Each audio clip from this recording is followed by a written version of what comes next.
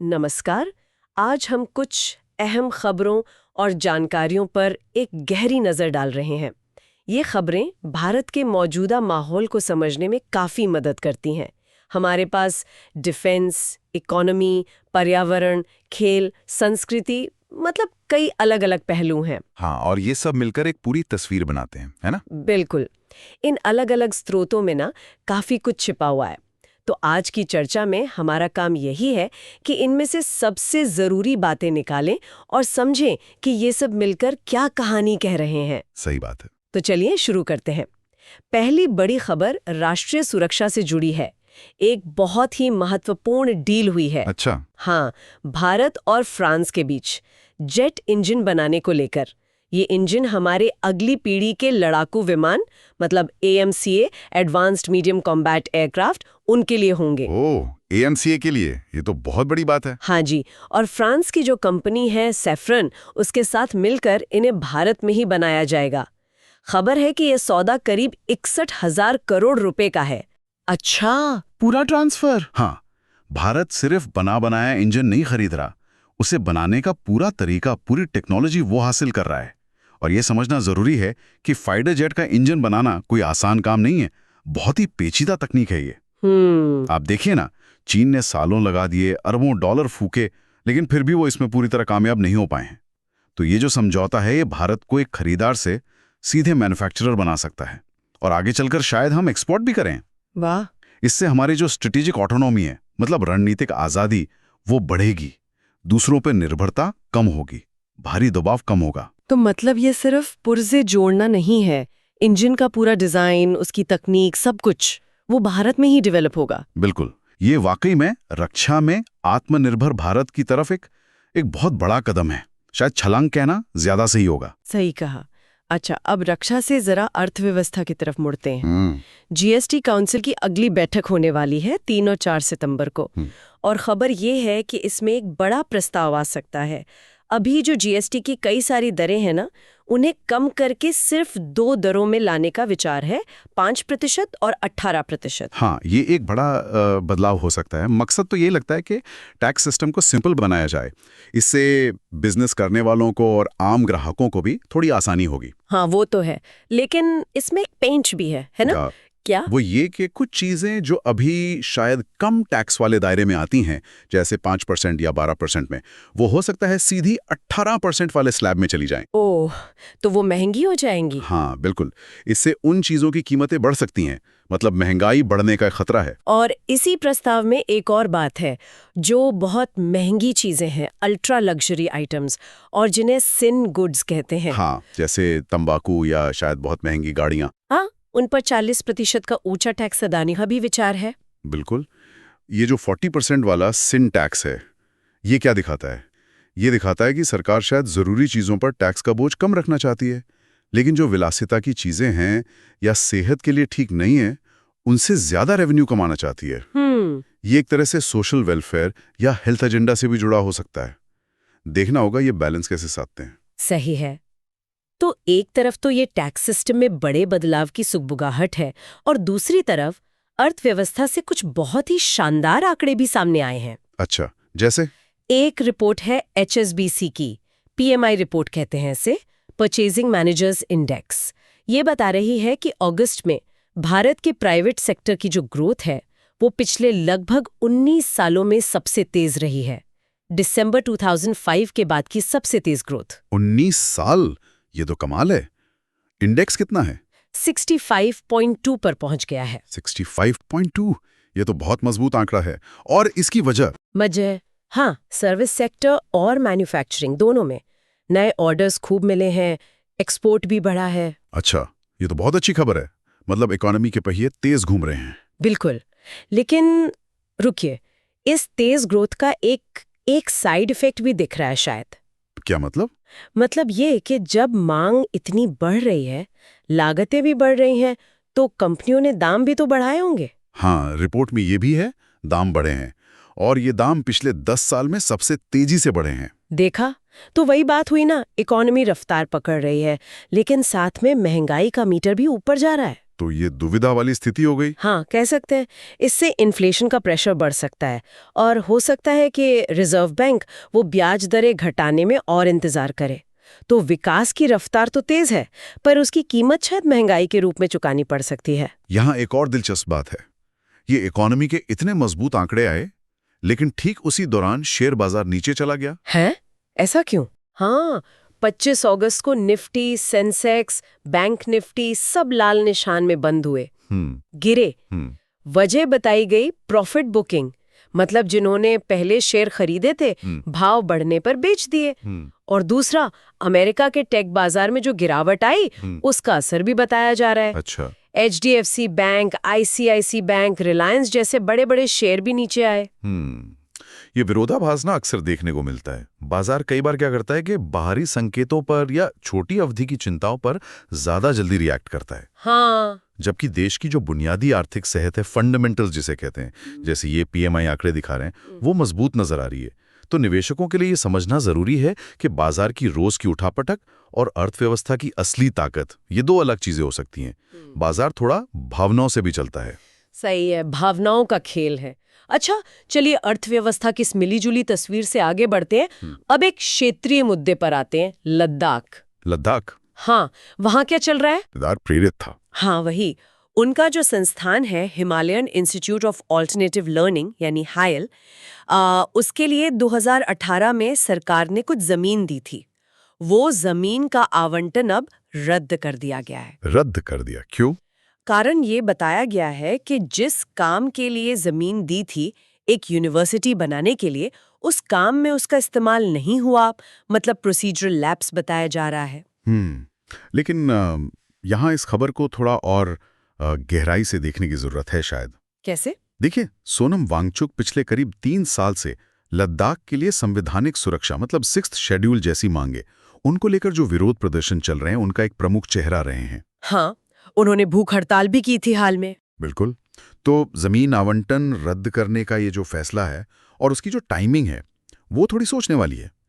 सवाल उठता है कि क्या इसका कोई कनेक्शन उनके एक्टिविज्म से है? क्या ये असंतोष की आवाज के खिलाफ कोई कार्रवाई है?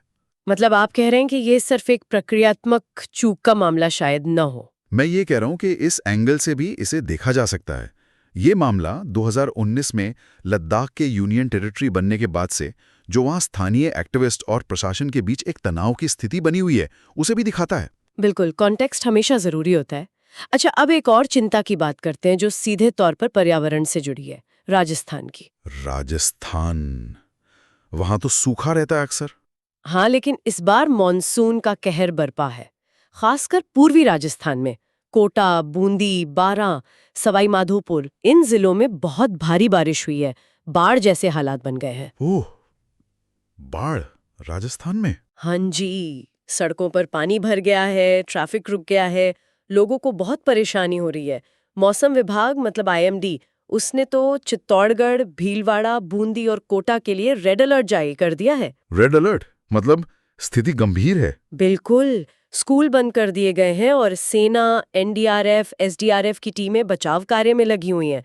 खासकर कोटा के पास कुछ गांव हैं, डिगोड और निमोदा, वहां बताया जा रहा है कि लोग पानी में फंसे हुए हैं। ये वाकई चिंताजनक है।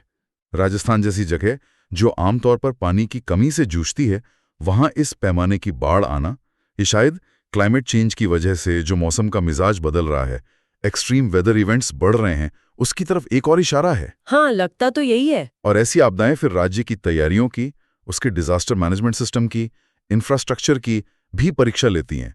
ये सोचने पर मजबूर करता है कि क्या हम ऐसी चुनौतियों के लिए तैयार हैं? सही सवाल है।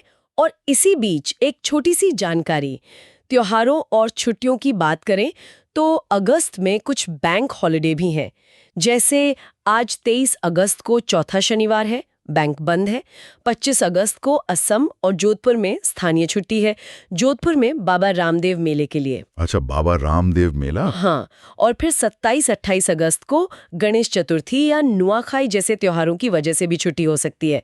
ये RBI की लिस्ट के हिसाब से है, पर जाने से पहले एक बार अपने बैंक से कंफर्म कर लेना ठीक रहता है। हाँ, वो तो है। खैर, अब मौसम और छुट्टियों से हटकर जरा खेल के मैदान का रुख करते हैं। खेल? हाँ बताइए।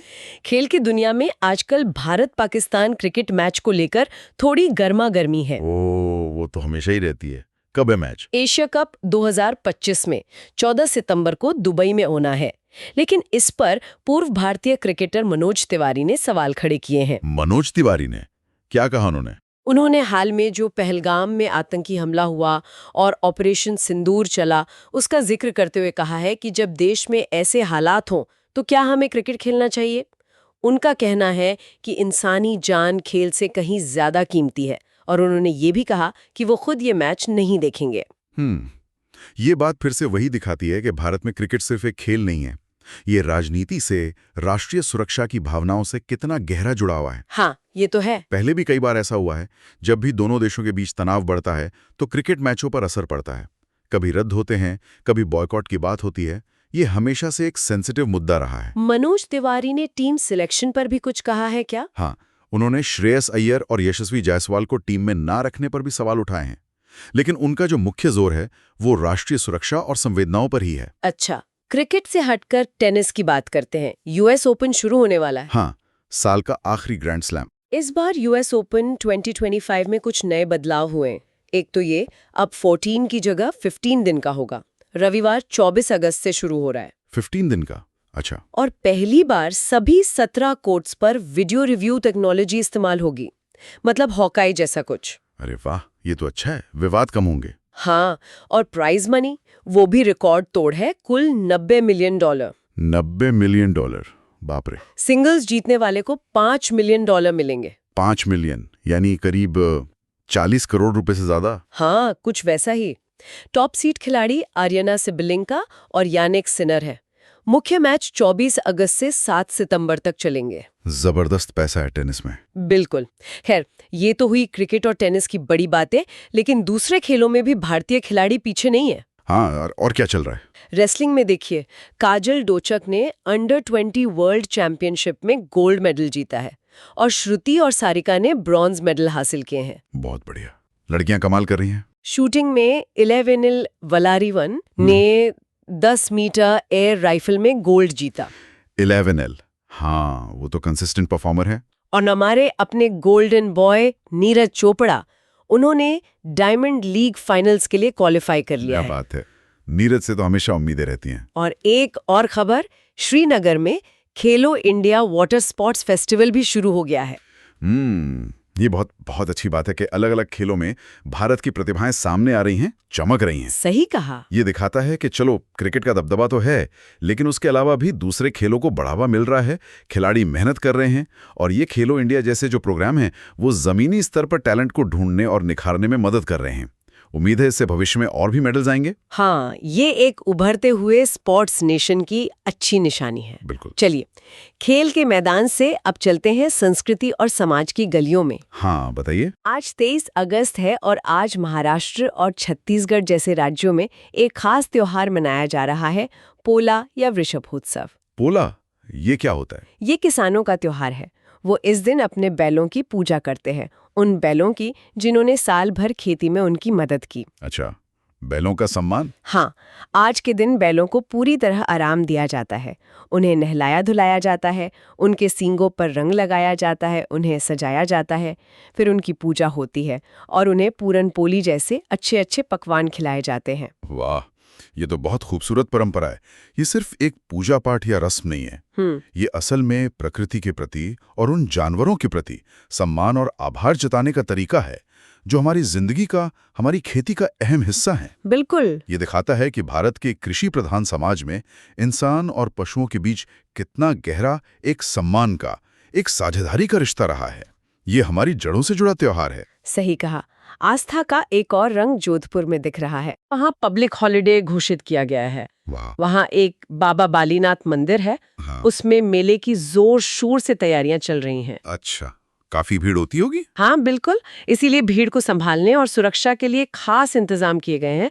56 सीसीटीवी कैमरे लगाए गए हैं और 300 वॉलंटियर्स भी मदद के लिए रहेंगे। 56 सीसीटीवी कैमरा, ये दिलचस्प है।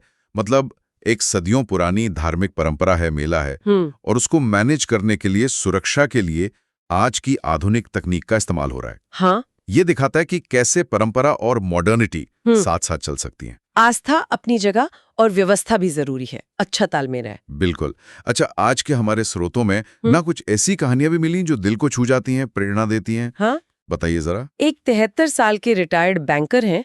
उन्होंने नेशनल पावर लिफ्टिंग चैंपियनशिप में 4 गोल्ड मेडल जीते हैं। 73 साल की उम्र में पावर लिफ्टिंग में? कमाल है। ये तो फिटनेस की मिसालें हैं। है ना। एक और कहानी है सलमा नाम की एक ट्रांसजेंडर व्यक्ति की। वो अपने राज्य में ट्रांसजेंडर समुदाय के लिए पहला शेल्टर होम बना रही हैं, जिसका नाम है गरिमा गृह। गरिमा गृह, बहुत अच्छा नाम है और बहुत जरूरी काम भी। हाँ जी। और सुनिए, कोलकाता की एक महिला ने पौधों को गर्मी की लहर से बचाने के लिए गत्ते के डिब्बों का इस्तेमाल करने का एक अनोखा देसी तरीका खोजा है। अच्छा, कैसे? शायद डिब्बों से छाया करके या कुछ, पूरी डिटेल तो नहीं है, पर है बड़ा इनोवेटिव आइडिया। हाँ, जुगाड़ में तो हम भारतीय माहिर हैं। और एक आखिरी कहानी, एक महिला जो पहले इन्फोसिस में सॉफ्टवेयर डेवलपर थीं, वो अब पुलिस फोर्स में शामिल हो गई हैं और अब वो ड्रग्स के खिलाफ लड़ाई लड़ रही हैं। वाह, करियर का कितना बड़ा बदलाव। डेवलपर से पुलिस ऑफिसर, और वो भी ड्रग्स के खिलाफ मिशन पर। ये जो छोटी छोटी कहानियां आपने बताई ना, ये असल में बहुत मायने रखती हैं।